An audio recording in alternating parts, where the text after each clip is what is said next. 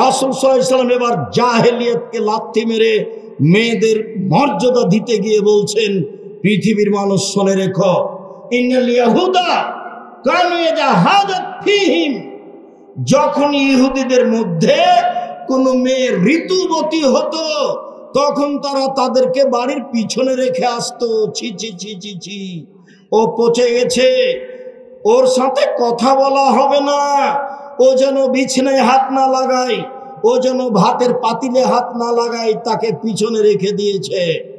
সাহাবীগণ বলেন, আল্লাহর নবী, এই যে মহিলারা ঋতুবতী হলে ইহুদিরা এরকম করছে, তো আপনি কি বলছেন? তখন আল্লাহ রাসূল বলছেন, ইসনাউ কুল্লা শাইইন ইল্লা নিকাহ, ঋতুবতী মহিলার সাথে স্ত্রী মিলন ব্যতীত যা কিছু তোমার শান্তি তৃপ্তির জন্য তাই করো। ঋতুবতী হয়েছে তাতে কি হবে?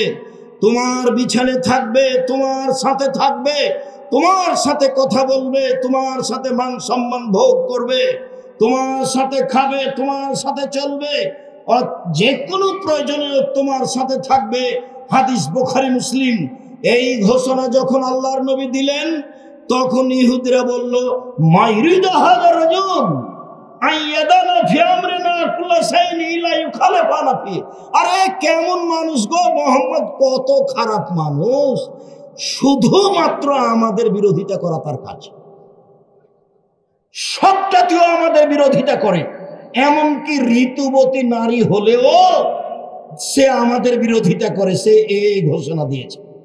আয়েশা রাদিয়াল্লাহু তাআলা আনহা বলেন, ইন্নী কুনতু ইকতাসালতু মান নবী সাল্লাল্লাহু আলাইহি সাল্লাম মিন ইলাইন ওয়াহিদিন কেলানা জনবন, আমি এবং আল্লাহর নবী অপবিত্র অবস্থায় এক পাত্র থেকে পানি নিয়ে গোসল করতাম। এই কথা বলার পরে তিনি বলছেন, ফা আমারানি, তিনি আমাকে আদেশ করতেন, আত্তাজেরা, আমি ঋতু অবস্থায় স্ত্রী অঙ্গে একটি অতিরিক্ত কাপড় ব্যবহার করব, ফায়ুবাশিরনি, তারপর তিনি আমার শরীরের সাথে শরীর মিশিয়ে থাকতেন। ইউবাশির মানে আমার শরীরের মাঝে আর রাসূলের শরীরের মাঝে কোনো কাপড় থাকতো না। ওয়ানা হায়েস, তখন আমি ঋতুবতী। ইহুদি বলেছে ও পচে গেছে, বাড়ির পিছন দিকে রেখে আসো, ছাই তোলা প্লেটে তাকে খেতে দিতে হবে, ময়লা গিলাসে তাকে পানি দিতে হবে, ও যেন বাড়ির ভিতরে না আসে, বিছানে হাত লাগাতে পারবে না, পাতিলে হাত লাগাতে পারবে না। আয়েশা রাদিয়াল্লাহু তাআলা আনহা বলেন, আল্লাহর নবী আমার গায়ের সাথে গাও লাগিয়ে কাপড় ছাড়াই রাত অতিবাহিত করতেন। আয়েশা রাদিয়াল্লাহু তাআলা আনহা বলেন, ওয়ান্নাহু ইখরাজ রাসাহু ইলাইহি ওয়া আনা মুতাকিফ, তিনি ইতিকাফ অবস্থায় ইতিকাফে বসে আছেন, মাথাটা আমার দিকে আগিয়ে দিয়েছেন, লিয়াগসিলাহু, যাতে করে আমি তার মাথাটা ধুয়ে দিই। ওয়ানা হায়েজ, তখন আমি ঋতুবতী। মুহাম্মদ সাল্লাল্লাহু আলাইহি সাল্লাম নারীদের সাথে যা আচরণ করেন তা আয়েশার মাধ্যমে জাতির সামনে দিয়ে গেছেন। আয়েশা রাদিয়াল্লাহু তাআলা আনহা বলেন, আমি আশরাবুল মা, পানি পান করতাম গিলাসে, সুম্মা উনাবিলহু, আমি তারপর রাসূলের হাতে দিতাম, ফায়াদা ফাহু আলা মাওজাফিয়া, গিলাসের ওখানে মুখ লাগাতেন যেখানে আমি মুখ লাগিয়ে পানি পান করেছি, তখন আমি ঋতুবতী। এই কথা আয়েশা রাদিয়াল্লাহু তাআলা আনহা বলেন। আয়েশা রাদিয়াল্লাহু তাআলা আনহা বলেন, আন-নবী সাল্লাল্লাহু আলাইহি সাল্লাম ইয়াত্তাকাউ ফি হিজরি, আল্লাহর নবী আমার উরু রানের উপরে মাথা দিয়ে কোরআন মাজিদ পড়তেন, তখন আমি ঋতুবতী। কোরআন মাজিদ আল্লাহর দেওয়া গ্রন্থ, পাক পবিত্র গ্রন্থ। আয়েশা ঋতুবতী মহিলা, তার উরু রানের উপরে মাথা রেখে আল্লাহর নবী কোরআন মাজিদ পড়তেন। আয়েশা রাদিয়াল্লাহু তাআলা আনহা বলেন, একদা আল্লাহর নবী বললেন, নাবিলিল খুমরা মিনাল মসজিদ, আয়েশা মসজিদ থেকে তুমি চাটাইটা দাও। আমি বললাম, আমি ঋতুবতী। আল্লাহ রাসূল বললেন, ইন্না হাইজাতাকে লাইসাত ফি ইয়াদিকে, আয়েশা তোমার ঋতু তোমার হাতে লেগে নেই। সম্মানিত দিনী ভাই বোন, আমি বলছিলাম রাসূল সাল্লাল্লাহু আলাইহি সাল্লাম নিজে নারীদের সাথে কি আচরণ করতে হবে তা দেখিয়ে গেছেন যখন তারা ঋতুবতী। আর যারা ভালো তারা কিভাবে চলবে, স্বামীর সাথে সাংসারিকভাবে তা পূর্ণ মান দিয়েছেন। তাতে তিনি বলেছেন, পৃথিবীর মানুষ মনে রেখো, নারীদের সম্মান অনেক বেশি। তারা যদি 4টা কাজ করতে পারে, জান্নাতের সব দরজা খোলা। একটু থামেন, শেষে চলে আসে। কেউ কেউ গেছে এর জন্য রুমাল নিয়ে? একটু থামেন। যারা রুমাল নিয়ে যাচ্ছে, ওদের হাতে 10 টাকা হোক, 50 টাকা হোক, 500 টাকা হোক, আপনি চলে যাবে সামনে দিয়ে, আপনি কিছু দিলেন না, এমনটা যেন হয় না। নইলে যেটুকু দেওয়ার মনে করেছিলাম সেটুকু ক্ষতি হয়ে যাবে, ওটা হবেই। রাসূল সাল্লাল্লাহু আলাইহি ওয়াসাল্লাম বলেছেন, তোমরা যাও, আমি আলোচনার শেষে চলে এসেছি। সম্মানিত দিনী ভাই বোন, রাসূল সাল্লাল্লাহু আলাইহি সাল্লাম নারীদের ব্যাপারে বললেন, ওরা যদি 4টা কাজ করতে পারে তাহলে জান্নাতের সব দরজা খোলা। 1, 5 ওয়াক্ত সালাত, 2, রমজান মাসে রোজা। এই ছেলে একটু থামো, ওই যে ওরা আসছে, তারপরে উঠবো আমরা। 2 হচ্ছে 5 ওয়াক্ত সালাত, রমজান মাসের রোজা। 3, স্বামীকে মেনে চলা। 4 হচ্ছে জিনায় লিপ্ত না হওয়া। মহিলারা যদি জীবনে 4টা কাজ করতে পারে তাহলে তারা জান্নাতে চলে যাবে। সম্মানিত দিনী ভাই বোন, যাওয়ার আগে আর একটা কথা মনে রাখবেন, কেন নির্যাতন কি তার প্রতিকার, এই বই স্টেজে আছে। সাথে সাথে কেন অবরোধ বাসিনী বেগম রোকেয়ার বিরুদ্ধে যেটা লেখা হয়েছে সেটাও এখানে আছে। সম অধিকার নয়, মর্যাদা চাই, এই বই এখানে স্টেজে আছে। আব্দুল্লাহর বই আছে ফিলিস্তিনের ব্যাপারে, অতীব গুরুত্বপূর্ণ। বুখারীর ব্যতিক্রম ব্যাখ্যা, সেটাও আছে। আমি খাকসার সাধারণ মানুষ যা লিখেছি তা আছে দোয়ার উপরে। এবং উপদেশ, আজকের যে আলোচনা করছিলাম এটা উপদেশ বইয়ে আছে। সকল দিনী ভাই বোনকে আমি আমাদের আজকের আলোচনা মেনে চলার অনুরোধ জানিয়ে, আল্লাহর আল্লাহকে সম্ভবপর যতটুকু সম্ভব হয় সহযোগিতা করার অনুরোধ জানিয়ে কয়েকটি প্রশ্নের উত্তরে চলে গেলাম। যে যেখানে আছেন চলা পথ বন্ধ করে প্রশ্নগুলির উত্তর একটু গুরুত্ব সহকারে দেখুন। আর কেউ খালি যাবেন না। আমার হাতের বামে বই পুস্তকগুলি আছে। আর জামিয়া সালাফের মুখপাত্র পত্রিকা, যার পিছনে আপনি লক্ষ লক্ষ টাকা খরচ করেন, আলিতে পত্রিকা, সেটাকেও ছেড়ে যাবেন না। 30 টাকা না থাকলে কারো কাছ থেকে নিয়ে আলিতে পত্রিকা নিয়ে যাবেন। এটাই হবে আপনার জামিয়া সালাফকে ভালোবাসার 1 নম্বর মাধ্যম। আপনি আলিতে পত্রিকা ছেড়ে যাবেন না। নিজের কাছে টাকা না থাকলে কারো কাছে নিয়ে যাবেন। পারিবারিক ও সামাজিক সম্প্রতি রক্ষার থেকে দোলা ভাইয়ের সামনে মেয়েরা মুখ খুলে আসতে পারে? জি না, মুখ খুলে আসতে পারে না, মুখ ঢেকে প্রয়োজনে কথা বলতে পারে। মহিলাদের জামাত, আমি একজন সরকারি চাকরিজীবী। প্রতি বছর শেষে ব্যাংকে আমার টাকা না থাকা সত্ত্বেও 5-6 সুদ আসে। আমি তাহলে এই টাকার কি করব? যা আসে তা নিয়ে ছেলে মেয়েকে বলে রাখতে হবে, অসহায় পুরুষ নারীকে দিয়ে দিতে হবে, খাওয়া হারাম।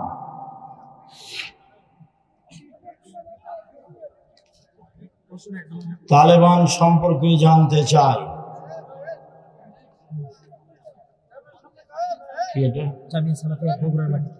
বগুড়ার মাটিতে জামিয়া সালাফের প্রতিষ্ঠান করার কোনো পরিকল্পনা আছে? এখানে পাশে কোথায় একটা জমি এক লোক দান করেছে, ইনশাল্লাহ সেখানে এই বছরই শুরু হবে বলে ভাবছি, দেখি কখন শুরু হয় ইনশাল্লাহ। আমরা পরিবারের অমতে প্রেম করে বিবাহ করি। বিয়ের 3 বছর পর আমাদের পরিবার মেনে নেই। আমরা পরবর্তীতে আর বিবাহ করি নাই। তোমার আব্বার উচিত 2 জন সাক্ষী নিয়ে পুনরায় বিবাহ পড়ানো। 2 জন সাক্ষী নিয়ে যতদিন পর্যন্ত তোমার বাপ বিবাহ না পড়াবে ততদিন পর্যন্ত তোমাদের জেনা হবে। 10 ছেলের মা হলেও এটাই ঠিক। আমার প্রশ্নটা হচ্ছে, ব্যাংকে চাকরি করা হারাম, এর সত্যতা আমি অকপটে স্বীকার করি। কিন্তু যদি এটা সত্যি হয়ে থাকে তাহলে এখানে টাকা জামানত বা ব্যাংকে রাখা, জি, ব্যাংকে চাকরি করা আর টাকা ব্যাংকে রাখা দুটো এক নয়। খুশিতে মাসে মাসে টাকা উঠাবেন ব্যাংক থেকে, লোন নিয়ে বাড়ি করবেন, আর নিরুপায় হয়ে টাকা ব্যাংকে রাখবে সুদ মুক্ত অবস্থায়, দুটো এক কি করে আপনি ভাবলেন? নামাজের ভিতর যদি এক আয়াত থেকে অন্য আয়াতে চলে যাই তাহলে কি নামাজ হবে? জি হবে, কোনো সমস্যা নেই, এবং তাতে সহসিজদা দিতে হবে না। দেখি কি লেখা আছে। আমরা রড মিস্ত্রি কাজ করি, কাজ শেষে কিছু 60 রড বাঁচে, ওগুলো মহাজনকে না বলে বিক্রি করি। এটা আমানতের খেয়ানত, হারাম। এটা না বলে বিক্রি করা যাবে না। হারাম টাকা হালাল কোনো ব্যবসায় বিনিয়োগ করলে সেখান থেকে উপার্জিত। হারাম টাকা হালাল কোনো ব্যবসায়, জি না, হারাম টাকা দিয়ে হালাল ব্যবসা করা যায় না। হারাম টাকা দিয়ে হালাল ব্যবসা করা যাবে না। স্বামী মারা গেলে স্ত্রী নাকফুল পরতে পাবে না, এটা হিন্দুদের নীতি। স্ত্রীর ওই সময়ে নাকে কানে পরনে যা আছে তাই থাকবে, খুলতে পাবে না। নতুন পড়তে পাবে না 4 মাস 10 দিন, নতুন পড়তে পাবে না 4 মাস 10 দিন, খুলে দিতে হবে, হিন্দুদের নীতি। ছোট বাচ্চাদের কালো টিপ পরানো যাবে কি? কোনো রহস্য থাকলে শিরক হবে। রহস্য যদি না থাকে, দেখতে ভালো লাগে, তাহলে কালো টিপ দেওয়া যায়। নামাজ ছেলে মেয়ে আলাদা কি না? জি না, ছেলে মেয়ের নামাজে কোনো পার্থক্য নেই, একেবারেই পার্থক্য নেই। এতটুকু যে মেয়ে ইমাম হলে লাইনেই থাকবে, মহিলা মানুষ ইমামে ভুল হলে হাতের উপরে তালি মেরে ভুল সংশোধন করবে। সলাতের নিয়ম কানুনে পুরুষ নারীর কোনো পার্থক্য নেই।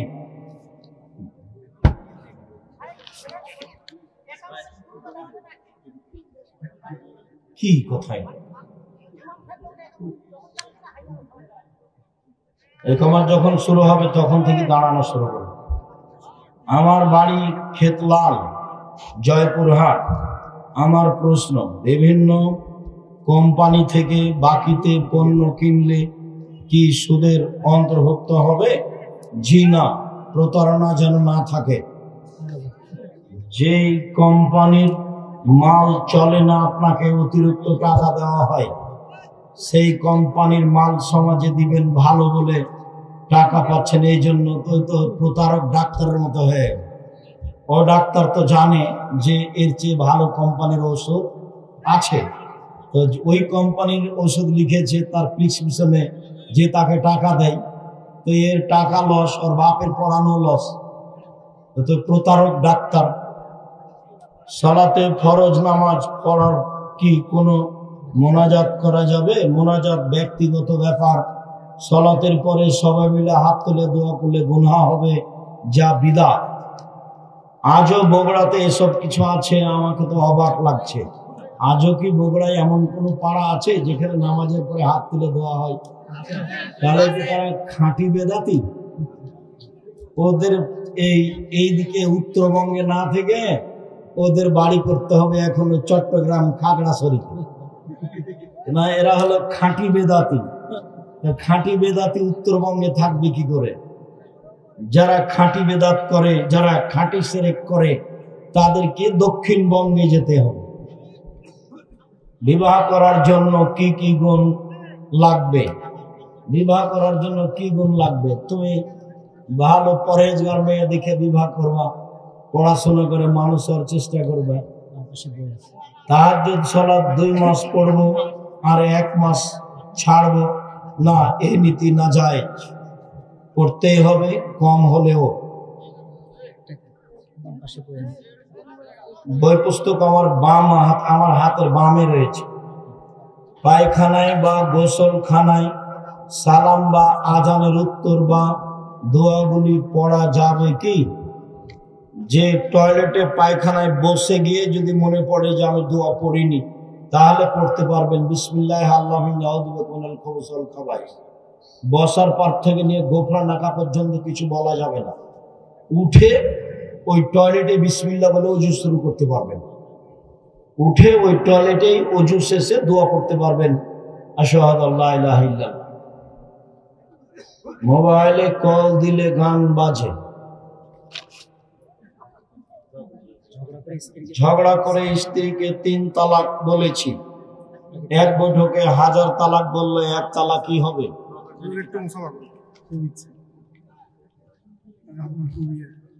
আমরাও চলে এসেছি কাছে, দেও কিছু যে একটু পড়ে দেখো।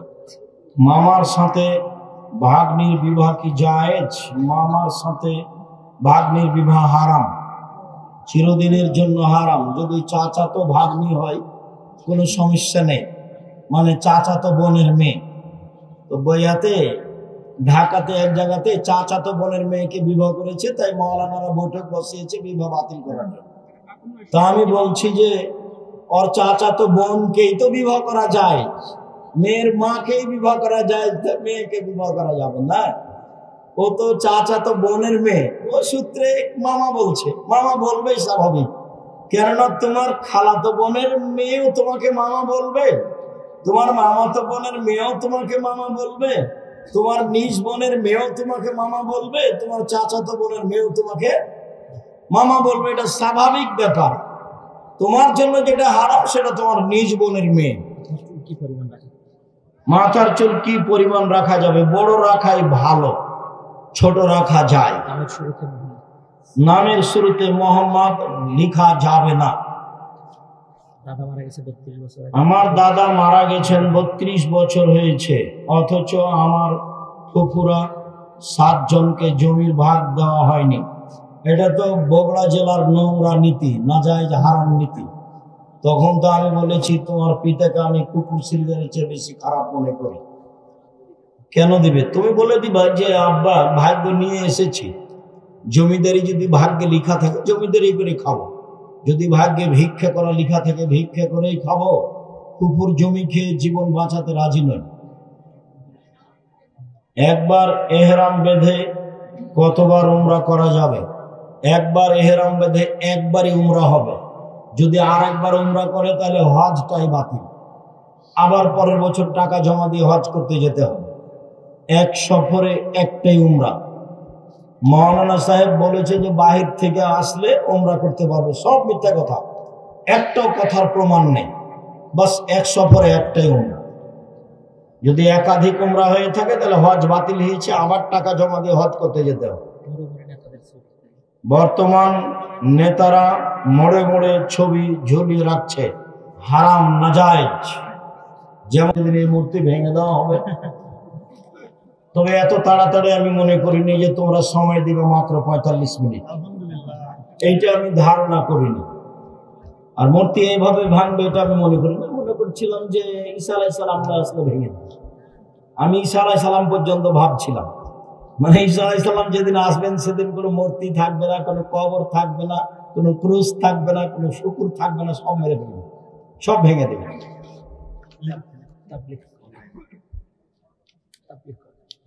তাবলীগ করা যাবে না যাবে? তাবলীগের প্রচার মাধ্যম প্রায় 60% মিথ্যা। তাবলীগ তো জরুরি, তবে মিথ্যাটা জায়েজ না। আর বাড়ি ছেড়ে যেতে হবে 3 মাস, সেটা তো হতে পারে না। 3 মাস আপনি বউ বেটিকে কাকে দিয়ে যাবেন? এ কোন কথা? আল্লাহর নবী বলছেন যে পাহারা দিতে হবে ছেলে মেয়েকে, পাহারা। আপনি পাহারা বাদ দিয়ে চলে গেলেন 3 চিল্লায় লন্ডন। ধর্ম এরকম নয়। ঘরের মধ্যে সামুদ্রিক শামুকের তৈরি মালা যদি মূর্তির মতো হয় রাখা যাবে না, মালা রাখাতে শামুকের কোনো সমস্যা নেই।